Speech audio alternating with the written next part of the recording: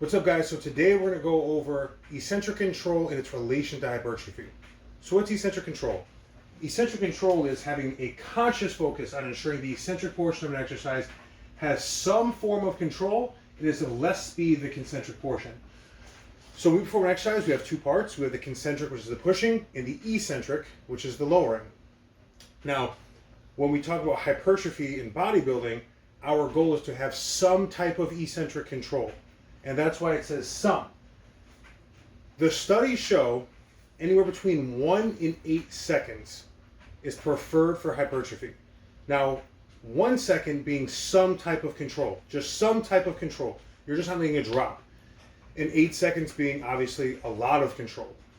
Now, anything past 8 seconds, you probably can put more weight on to stimulate the muscle a little bit better than having like a 9, 10, 11 second negative. And having no control at all, I mean, you're missing half the movement. And when it comes to training, the eccentric portion is the hardest part. So why would avoiding the hardest part give you better results? Typically, when we do the hard shit, it's what gives us the better results. Because nothing that's really worth it is just easy. So in training, you would think that people would just that would click in their head. Oh, there's this part of the exercise that I don't like because it makes it more difficult. That's probably going to make you better, and it does. So the benefits to eccentric control training. First, less joint and connective tissue activity, stress, and fatigue. So when we train, every movement that we do, we have some type of activity that's going to be shared between the muscles that we're trying to work and our joints and connective tissue. The more control you have over a movement, the more control that you have to ensure that the muscle that you're working is performing the movement more than the joint and connective tissues. Now, they'll always be involved, but again, it's to the extent that you allow them to be involved. That's going to be the activity portion of this. How active are they during the exercise? And again, less control means that they're going to be more active because there's more of the impact and momentum that's going to put force through these areas, right? And I do this because I'm talking about like an incline dumbbell press I've been using for an example. The wrist, elbow, and shoulder will go through a lot more of an impacting stress than if you had a controlled portion of the exercise, because you can ensure that the chest is actually doing the exercise versus the chest, shoulder, and tricep through a more forceful motion, which in return will bring more force between the wrist, elbow, and shoulder, right? Now, activity is different than stress. So that's just how much activity is involved, here, here, and here during the movement. Stress is actual discomfort in the joints and connective tissue area. So again, one's how active is it? Two is how much discomfort is this creating? How much is it bothering me? Is it limiting my ability to perform the movement? You know, if I'm doing again, incline dumbbell press and I have so much joint and connective tissue disruption here, as I'm doing the movement, it just hurts so bad that that's the limiting factor for my movement. Is it really worth it, right? If I have to use a heavier dumbbell, I'm going up and down really fast, but I have a lot of pressure in my wrist because, I mean, think of a 100-pound 50 dumbbell, think about the size of your wrist, right? A lot of people use wrist wraps.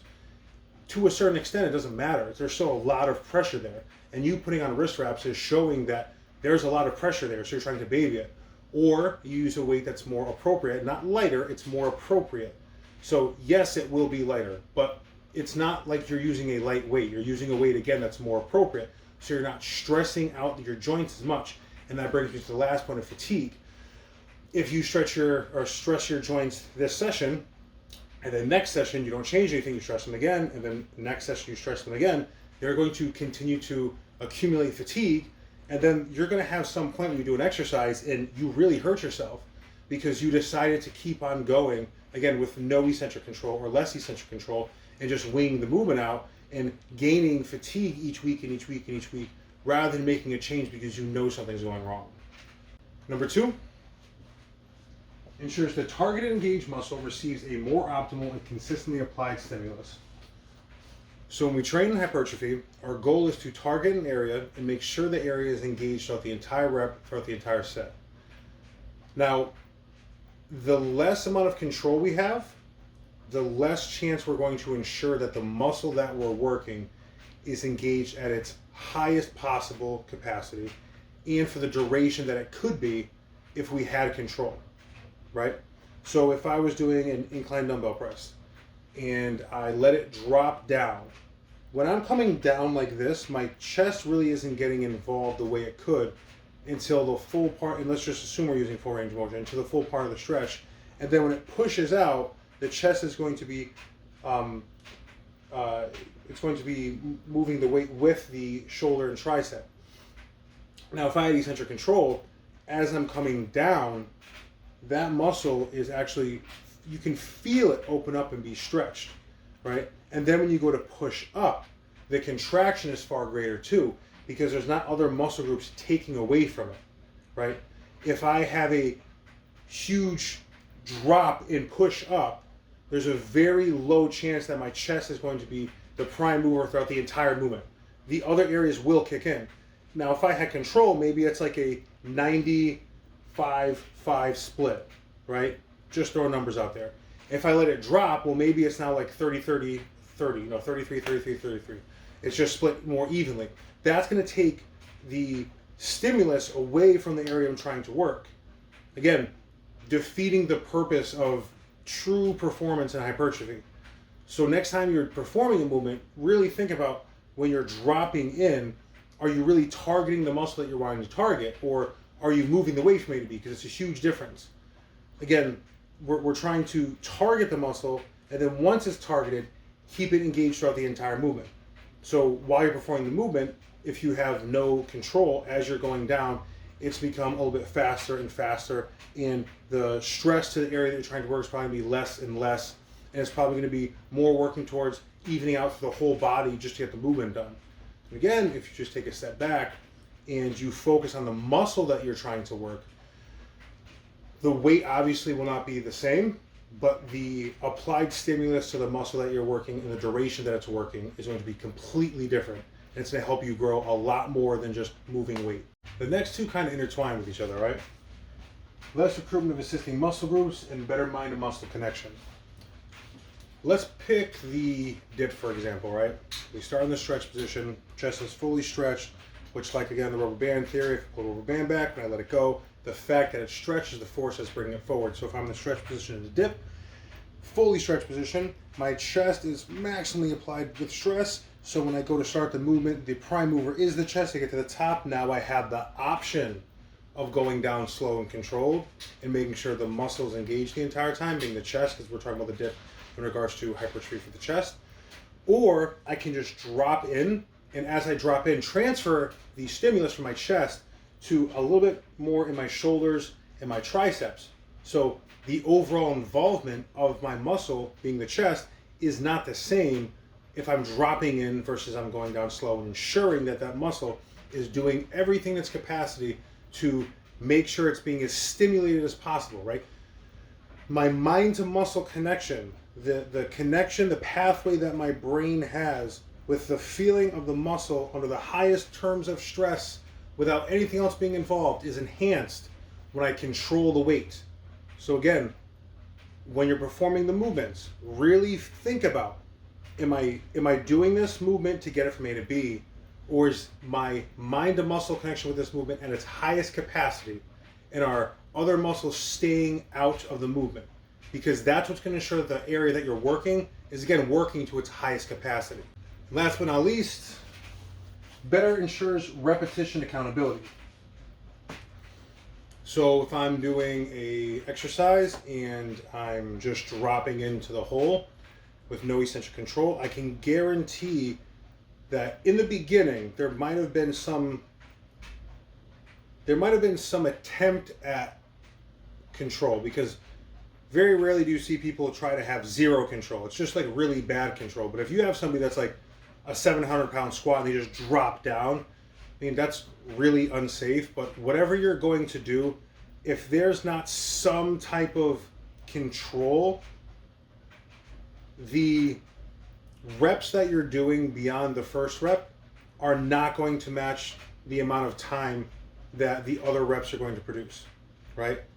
So if I'm doing an exercise and I have a 1 second negative, at least next time I train, I can count that 1 second negative.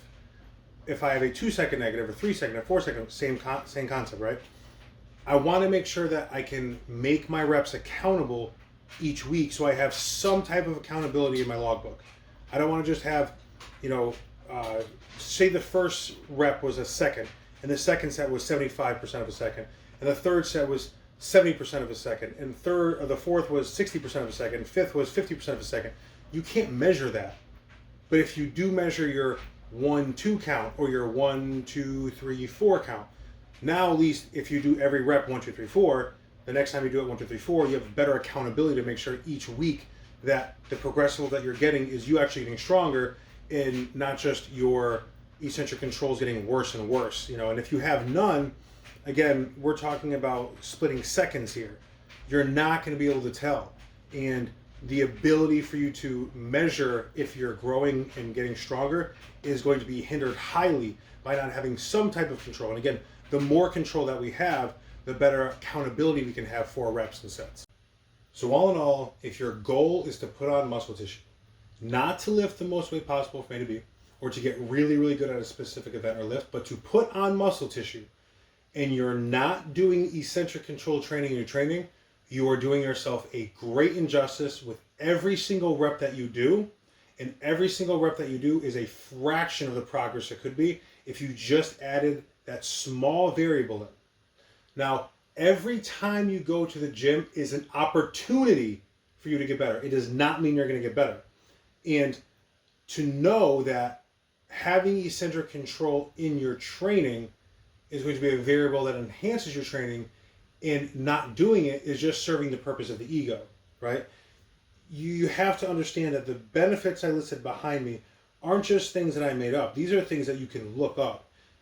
All these, the eccentric control, the joint tension, these are all things that are well known. I bring this up because it's mind-blowing to me that it's not more practiced in the gym. Because I can talk to people about this, and people all day are like, yeah, control negatives, yeah, man, it looks awesome. Like, look, the tension that you must create, yeah, like, try it. And I've had people try it and tell me that, yeah, they feel the muscle more, and the next day they're just doing the same shit. So again, it's an opportunity. Every time you go to the gym is an opportunity. If you want to go and, again, just move weight around and you're not looking to optimize your progress, then that's on you. But I promise you, putting eccentric control training in your training, if you're not already, is going to benefit every single lift that you do. Every single lift is going to have a strong benefit in regards to hypertrophy. Again, we're not looking to move as much weight as possible from A to B, or to get better at a specific lift or event, typically for weight or time. Those aren't our goals in hypertrophy.